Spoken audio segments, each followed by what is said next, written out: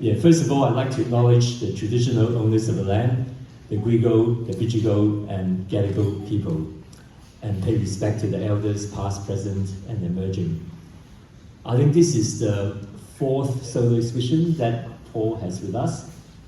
He's been one of our represented artists for quite a long time, so we're very fortunate to have him. And over the years, besides having exhibitions in Art Atrium, we've also traveled together to Hong Kong in Art Central, the Art Fair for a couple of times, and also Sydney Contemporary, and so on. And you might know that Paul is actually an architect as well. I think all architects are all very talented. The artists as well. Yeah, there's quite a few of them in the room as well. And also clients, yeah. But Paul is gonna ease up a little bit on his architectural practice. Yeah, leave it further later. So yeah, still give him work, as an architect. Don't let me talk you out of it. But also, actually, later this year, in around October, he's going to have a residency in France. So that will be exciting. So we all look forward to a new body of work by then. But to open the exhibition, we are also very fortunate to have Craig Danarski. Craig was actually when I knew him, he was the director of Casula Powerhouse, and he did a fantastic job at Casula Powerhouse. And because he did such a good job, he actually ended up being the manager of the White Bay Power Station. You know where the Sydney Canal is? I'm sure most of you have been there. If you haven't, you definitely have to go there. It's still on until sometime in June, is that right? June 10th, yeah. So you still got a few weeks to do it. But Craig is very supportive of the arts, but he's also very interested in music, with Triple J and so on. So he's got a long history of supporting the arts. So I thought he'd be the perfect person to open this show. If you can welcome Craig Danarski. Thank you, Simon. Big raps at the intro.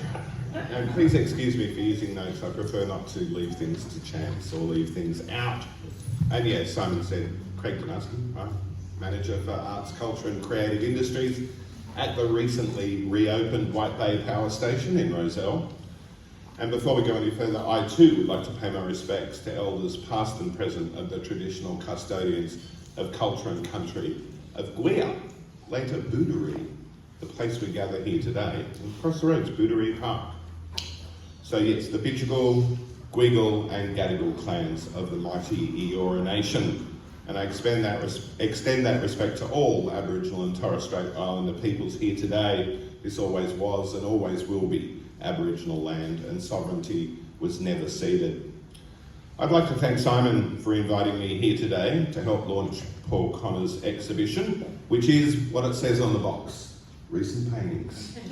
I've launched way more than 100 exhibitions over the years, but this is the first time I've ever said yes to launching one in a commercial gallery. Why, I hear you ask?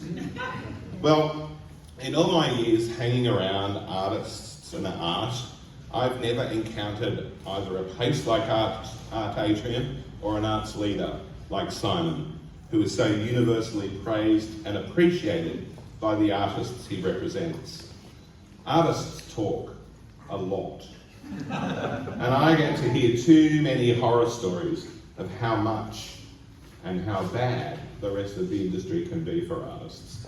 But you talk to an Art Atrium artist, and there are some others here that have just walked in the door. Hello, Doherty's. And they immediately break into a warm smile when describing their experience here. So thank you all for coming today to support not just Paul Connor, but the place that supports Paul in the most practical way possible, by displaying and selling his art in a way that is both ethical and considered for artist and buyer alike.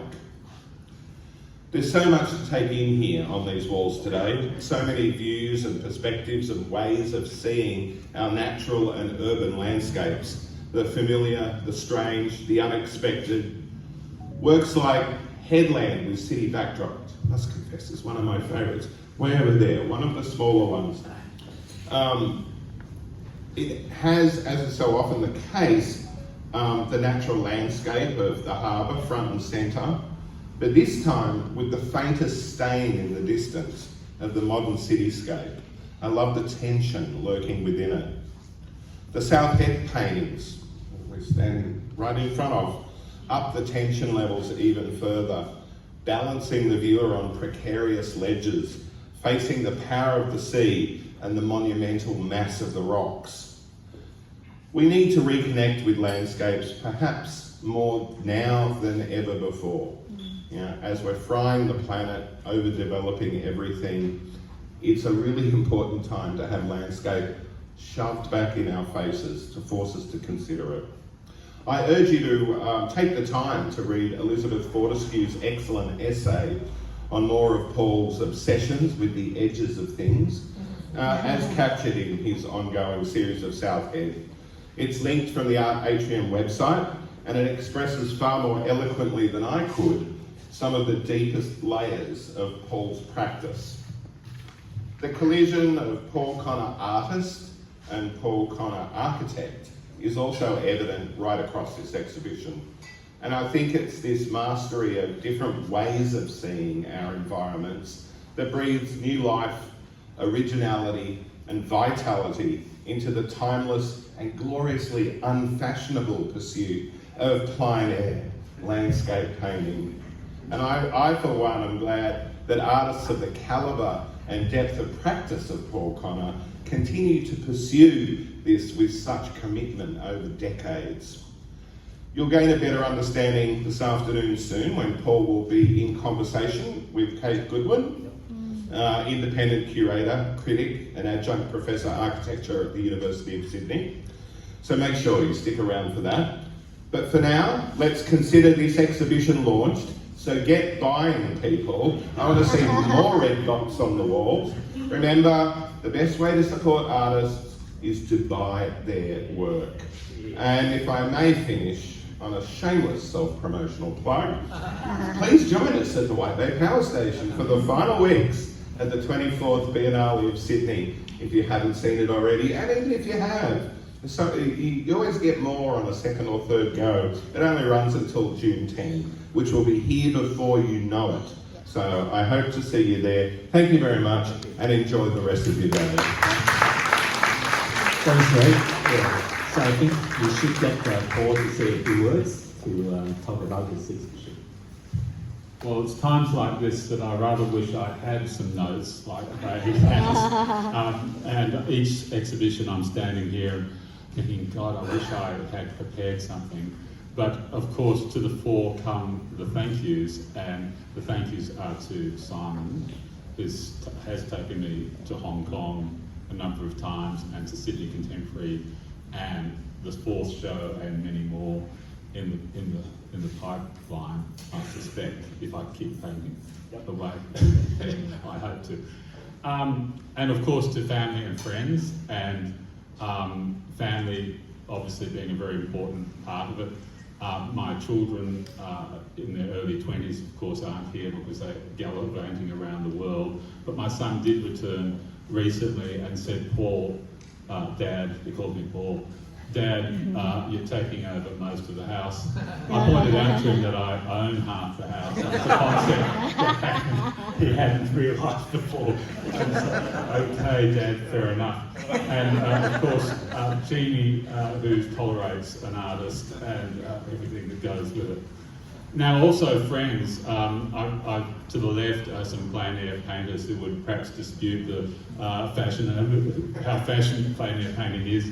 Artists I've just travelled with, people who've supported me over the years by buying paintings and or enthusiastically admiring them for one reason or another. So thank you to those. So there's a thanks. That's what comes to the fore. But also, just a quick thing, if I may, on style. There's clearly two styles, if you like, the plein air paintings and the clips. And to your point about being an advocate for the landscape, I think that's the most important thing an artist can do at the moment, is to be, I really believe that landscape painting is one of the best advocates for landscape and our environment. And it might be a soft sell, but it's a meaningful one. And I thank people like Tom Carmack and Anthony Vicelli standing next to them that also do that. There's obviously other artists that I can't see, but I can see these two very well-known artists there. And together we go down that path. But there's two styles, and it's a word I don't like so much. It's like a lifestyle. I hope I have a life rather than a lifestyle. But so nonetheless, one is a kind of ebullient, and it's about the harbour that I love and other places around regional New South Wales. And in that sense, my personality might come out a little bit. But these ones are about a subject that I don't know. I've only just come across South Head. Strangely enough, I've lived in the city most of my life, but South Head I only went to a dozen times before somebody suggested I do, and I think Gina Bruce is here, who suggested that I might want to go and have a look at South Head, because I've been looking at North Head. And I was amazed by the power of this, and as a result I thought about it as an architect and an artist might. And I thought the only way I can construct an image of this is to have 3 focal points. And I'll get a little technical, I hope you don't mind, but 3 focal points. And one is down, one is out, and one is up. So most images you see of the landscape are photographic, where you see 1 focal point. And when you're standing on a cliff, you take the photograph and you get it back, and it doesn't look like or feel like a cliff. So that device became a way of expressing that. And then the interest in the forms and so forth overtook, I guess, me as a person, and was an advocate for that landscape. So that's why they're different, in that this is a relatively new landscape for me, and that's my old and favourite landscape. Now, Kate Goodwin and I will be in conversation in 2 weeks' time, on the 1st of June, and that's another hopefully interesting day out. Thanks again, Simon, and thank you for coming. Thanks, Paul. Paul is one of those artists I always find that always looking at evolving. Every part is a new body of work, and then later on you come up with something different. Yeah. So anyway, as Craig said, the best way to show appreciation of an artist is to acquire their works. So you should come and see me. Thanks a lot.